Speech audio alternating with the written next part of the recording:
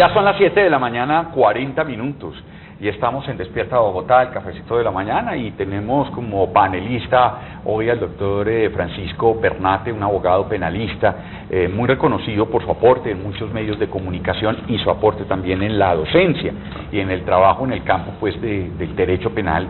Es uno de los abogados más reconocidos. Ya quisiera yo, Manolito, me va a defender de usted. No, cuando yo lo necesite lo llamo. Ah, bueno, pero Manolito. Por ustedes. Óigame, Manuel, bueno, pero estábamos hablando ahora y hicimos un panorama de lo que es la justicia en este momento en Colombia, de las dificultades que tienen los jueces para administrar. Queda uno como preocupado. Exactamente, sobre todo porque muchas veces nosotros somos injustos con los jueces, con las personas que están detrás de la justicia.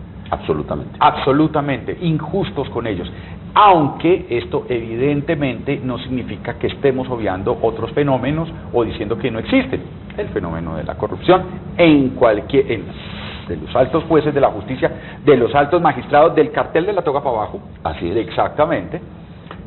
O incluso también de muchos abogados, de la misma manera que hay corrupción en los periodistas, de la manera que hay corrupción en los ingenieros, que hay corrupción. Lo que pasa es que, como decíamos, el abogado pues está jugando la vida de mucha gente y la vida de muchas familias, y en ese sentido, sobre todo el juez, es un tema de mucho cuidado. Vamos a hablar ahora de otro tema, de la justicia por mano propia, y empecemos mirando esta cifra. La Corporación Excelencia para la Justicia en 2017 dijo que solo el 27,7% de la población confiaba en el sistema judicial, ni siquiera el 30%. Sí, así es. De hecho, en esa medición salió algo muy delicado, y es que la gente confía más o tiene una mejor percepción de las FARC. Para el momento en que se hace eso, el proceso de paz recién estaba medio avanzando que de los jueces. Eso es muy sensible, es muy doloroso, pero tiene muchas razones. Sin embargo, antes de esto quería terminar una idea que tú dejaste ahí, que es muy importante. Entonces, bueno, no hay jueces, no hay acceso, los casos se demoran 10 años, 5 años, está mal y tenemos que ponerle plata a eso. Pero se ha generado, y eso sí me preocupa, una justicia paralela, que son los árbitros. Los árbitros, ¿qué es? Tú y yo tenemos un conflicto, nos vamos a ir a un pleito de 10 años, mire, pongamos mucha plata, nombremos los árbitros y ellos nos resuelven esto en un año. La Cámara de Comercio, por ejemplo, ofrece hace eso. Eso está bien, y por supuesto que agiliza y es otra forma. Caray, pero se genera una especie de justicia clase A y justicia clase B. Si yo tengo recursos, voy a un tribunal de arbitramiento, me lo fallan los mejores abogados del país, pago grandes sumas de dinero y mi lío se resuelve en un año. Yo que no tengo esos recursos, pues me toca ir al juzgado, a demorarme 10 años. Entonces, eso tampoco ha sido, claro, facilita las cosas, pero el mensaje tampoco puede ser, pues, queremos justicias paralelas, y entonces páguese usted su justicia. Eso tampoco puede ser. Ahora, entiendo que hay dos espacios. Si tú miras, Mauricio, tú y yo tal vez no nos atreveríamos a cuestionar desde el punto de vista tecnológico cómo funciona tal computador. No sabemos de eso, te gusta o no te gusta o lo que sea. Pero hay dos temas en los que todos opinamos: fútbol y derecho. Todos somos entrenadores, todos somos abogados, todos somos jueces. Mira, cuando a veces decimos, esta condena a 12 años fue injusta, absurda, insólita, y dice, mira, yo en la universidad pasé 5 años estudiando para saber cómo un juez llega a ese número. Eso es una ciencia que se llama la penología. Entonces, ¿qué pasa? A veces la ciudadanía y yo lo veo bien, no comparte las decisiones judiciales, no comprende que eso es producto de un estudio y de una ciencia, y se lanza a especular sobre corrupción, ignorancia, impunidad, y a propender por las vías de hecho. Y tenemos que entender pues que nosotros, así como los periodistas, los médicos, los ingenieros, pues trabajamos también con una ciencia que tiene sus propias reglas. Y que tiene unas reglas. Muchas veces el juez está con las manos atadas. Exacto. Y tiene que tomar una decisión. Pero espérese, Manolito, espérese, bueno, que yo quería como introducir bien el tema. Se acuerde que en el bloque pasado hablábamos de un estudio que realizó la Facultad de Derecho de la Universidad Libre, y hablando de esta percepción, se concluyó que la percepción de la ciudadanía es que los despachos judiciales son incompetentes, corruptos, congestionados, que ahí a veces veíamos pues que sí, efectivamente son congestionados, efectivamente puede haber corrupción, efectivamente puede haber incompetencia, pero que somos bastante injustos mirando a los jueces, considerando las ocasiones en las que trabajan. Jueces de Bogotá, diga usted, pero el juez de... no, el juez de... no, de Punza. De Punza, no, vaya usted, no, el juez de media Caldón, cuadra, pues. el juez de Caldón, el juez de... Uy, no. Guainía, el juez de Puerto Carreño, el juez de... Sí, de La Hormiga. Te digo una Punto cosa, Mayo. que trabaja en condiciones muy duras, ¿cierto?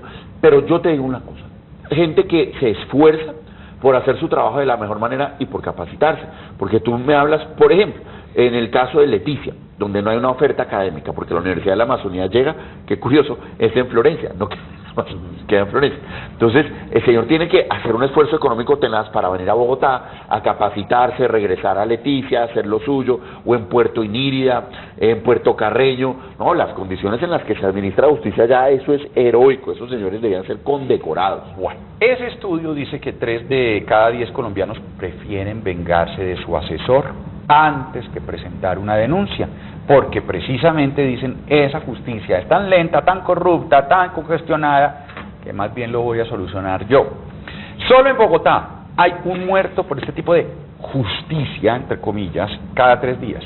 Entre 2014 y 2017, según cifras de medicina legal, cerca de 300 personas fallecieron por linchamiento.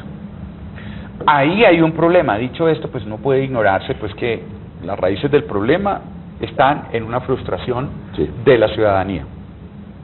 Pero ¿cómo podemos explicarle a la ciudadanía las consecuencias de la justicia por mano propia? Es que yo me he visto incluso con personas más o menos cercanas en las que hay una defensa me dicen, es una desconfianza total. Usted también la ha vivido, me imagino que usted también. Claro, porque y de todos los niveles, de todo, quiero decir, hablo de nivel, no me refiero económico, me refiero nivel de educación. De todo. Muy desafortunado, y si miras, algunas redes sociales se han vuelto un espacio de apología, de vanagloriarse de ese tipo de violencia.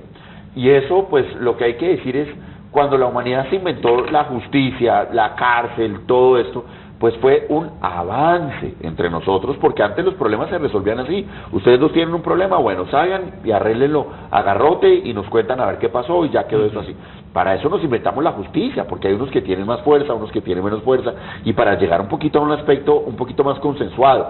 Este tipo de prácticas no solamente son barbáricas, salvajes y digamos, carecen de todo tipo de civilidad, sino que tienen 2 consecuencias, Mauricio, una en la cual tú tienes mucho que decir. Tú dices, ¿en qué momento la humanidad dejó de pegarse? Si eso es el instinto. Si a mí me roban, el instinto me dice, dele. ¿Qué pasó? ¿Qué hizo ese cambio? Ese cambio lo generó la imprenta. Cuando tú tienes una novela que te dice a ti, oye, este señor también siente, puede ser el peor ampón, pero él siente. Eso te sensibiliza y eso nos lleva a decir, venga, no les peguemos. Y yo creo que también que la ilustración fue... La ilustración, claro. La ilustración fue el gran momento donde ya la humanidad concluyó esas cosas. O sea, esos... ¿cómo se llama? Castigos Los castigos de la salvajes. Edad Media. Claro. Sí, vamos todos a la plaza a ver cómo linchamos exactamente. La ilustración lo acabó. Y dijo, vamos a hacer algo más decente, más humano. Vamos con la guillotina. Pero pero la guillotina sí representa un punto, porque ¿qué pasa? Antes los punto de cogían, quiebre. los descuartizaban, los sacaban, los quemaban. La guillotina es mátelo sin dolor. No, y hay otra cosa. No, claro, el barbaridad, verdugo con un hacha, a veces no tenía puntería y cogía más arriba, más arriba, más abajito, abajo. más no sé qué, es Es gráfico, muy doloroso. ceremonioso, pero Ajá. es que aquí, Pero mira, aquí lo que hacían era, aquí en Colombia, cuando estábamos todavía en la colonia y todo esto, ponían al pobre tipo aquí en la Plaza de Bolívar, le ponían un caballo en cada una en sus brazos, sus piernas, y cada uno por su lado hasta que lo botaban. No, una cosa infame. Entonces, lo que hay que decir, mire, Colombia primero, más cultura, le damos un poquito más. ¿Por qué Noruega está conforme con la condena a un hombre que mató a 87 personas a 19 años de cárcel? Un hombre que además estudió en una cárcel que tiene calefacción, que tiene gimnasio, que tiene computador, que tiene biblioteca. Yo estoy pidiendo nada, pero sí, ese señor vive en esas condiciones, una cobija en la preparada, prisión sí. de Halden. Sí, ¿qué hacemos? Son sus derechos. Y Noruega dice, perfecto, lo asimilo. En Colombia, por Dios, si te dicen, imagínense, el violador de no sé quién tiene derecho a ir al baño. Ya eso nos parece escandaloso. Entonces, creo que hay un tema cultural, creo que hay un tema de leer más, de concientizarnos, de acceder a la cultura. Pero si eso no funciona, pues nos va a tocar a la mala. No funciona, pues nos va a tocar a la mala y decirle, mire, ustedes se ponen ese chiste, primero, han matado gente inocente. Han matado gente inocente. Pero segundo, pues yo no puedo retener a un ser humano. Así sea el peor de los delincuentes, eso se llama un secuestro. Golpearlo, torturarlo, eso se llama una tortura. Robarle, ni mucho menos hacer apología. Lo que yo lamento, deploro, es que, es decir, todos los ciudadanos estamos de acuerdo en que eso está mal, pero mira cómo las autoridades no han reaccionado. Es que yo he visto los videos en Facebook donde uno identifica fácilmente a los agresores, ¿por qué no van y los capturan? Y damos ejemplo de que la venganza privada en Colombia no está permitida. La autoridad ha tenido una connivencia perversa con esta práctica de la venganza privada. Hace poco, doctor Bernate, se presentó un caso de un señor que le habían robado la bicicleta y fue y hirió a los ladrones sí. mucho después. Y todo el mundo decía, pero ¿cómo lo van a condenar? Y que no sé qué. Exacto, recordemos más o menos eso fue. Le robaron la bicicleta, el hombre, el ladrón se escapa, yo no sé si fue en ese momento o un momento más tarde, saca un revólver que tenía, le dispara, lo hiere, y la persona a la que le estaban robando la bicicleta y que efectivamente disparó, la condenan. Así es. Y a 2 años de cárcel y a 2 millones de pesos. Y a 2 millones de pesos. Yo me acuerdo que yo lo llamé a usted y le consulté ese caso. Así es. Y en ese momento me decía, tiene toda la razón el juez. El juez, porque de entrada los jueces de Colombia, digamos, yo entiendo que pueden haber fallos en el sentido de equivocaciones, pero la mayoría de los jueces de Colombia, yo me atrevería a decir que todos, tratan de hacer lo mejor que pueden y rara vez se equivocan y nunca se equivocarían en un caso así. Luego de entrada yo sabía que ahí las cosas no eran tan así. Y mira lo que hacemos los colombianos, sale la noticia, reaccionamos, decimos que la justicia colombiana es la peor, que esto sí es el colmo, que hay que salir a linchar a los jueces, y no habíamos oído a la otra parte. Este juez, que es el juez primero penal del circuito de Bogotá, un señor que está en su trabajo gracias a que se ganó un concurso que es muy difícil, que después hizo un concurso, que se sometió con más o menos 6.000 abogados que concursaron y quedó él. Luego el señor algún talento tiene que tener, saca un comunicado y dice, no, es que la historia no es esa, es que era como una especie de revancha entre atracadores, este tampoco era el bueno.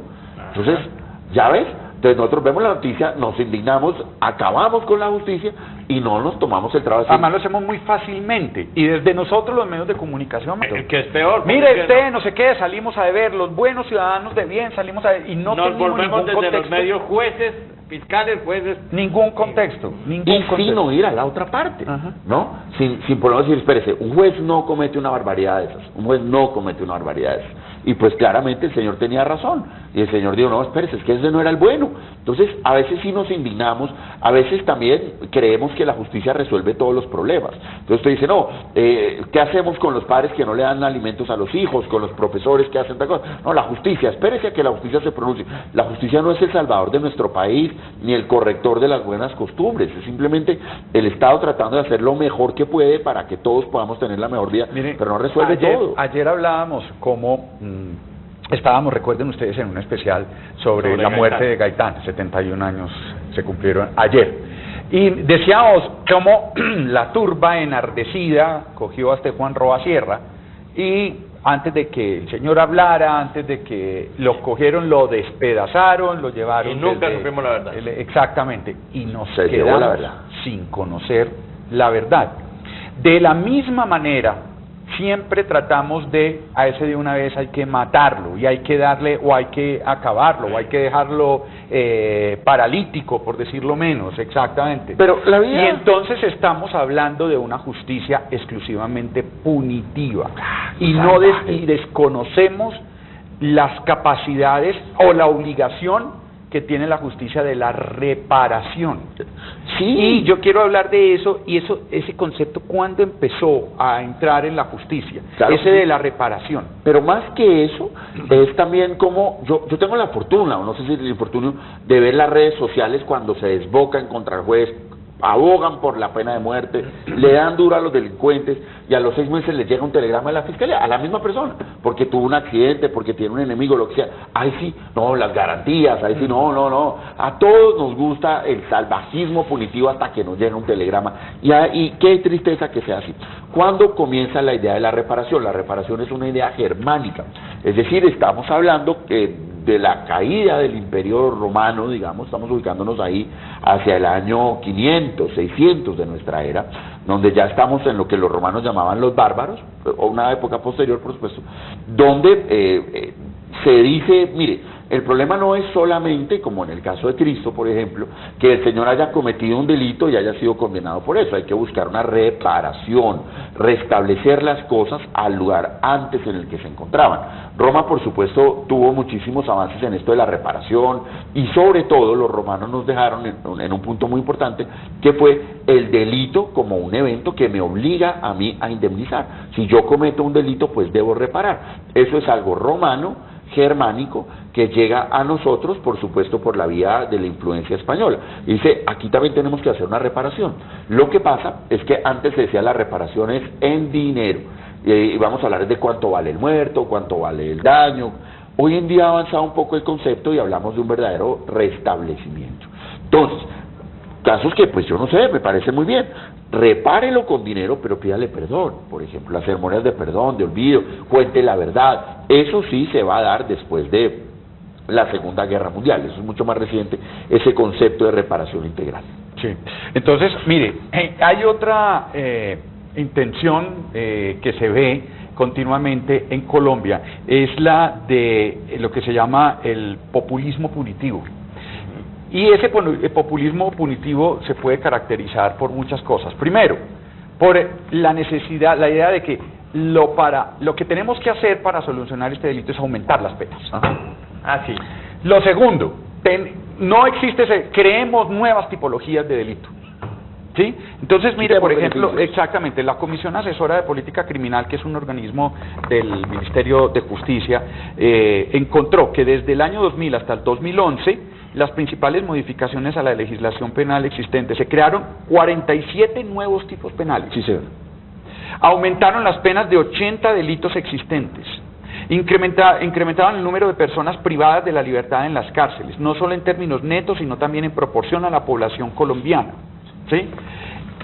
Muestran para la comisión, esta y otras cifras muestran claramente la tendencia de eso que se llama el endurecimiento punitivo, que a pesar de poderse explicar por diferentes causas, como el incremento de fenómenos delictivos como el narcotráfico, conflicto armado, corrupción, evidentemente hay fenómenos que sí requieren la creación de nuevos delitos, no tiene una explicación sólida debido a la carencia de sistemas confiables de información que permitan evaluar el impacto real de las medidas tomadas.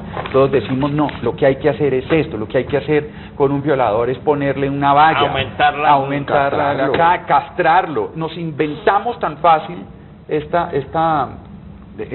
estos delitos, y eso es muy común en nuestra cultura.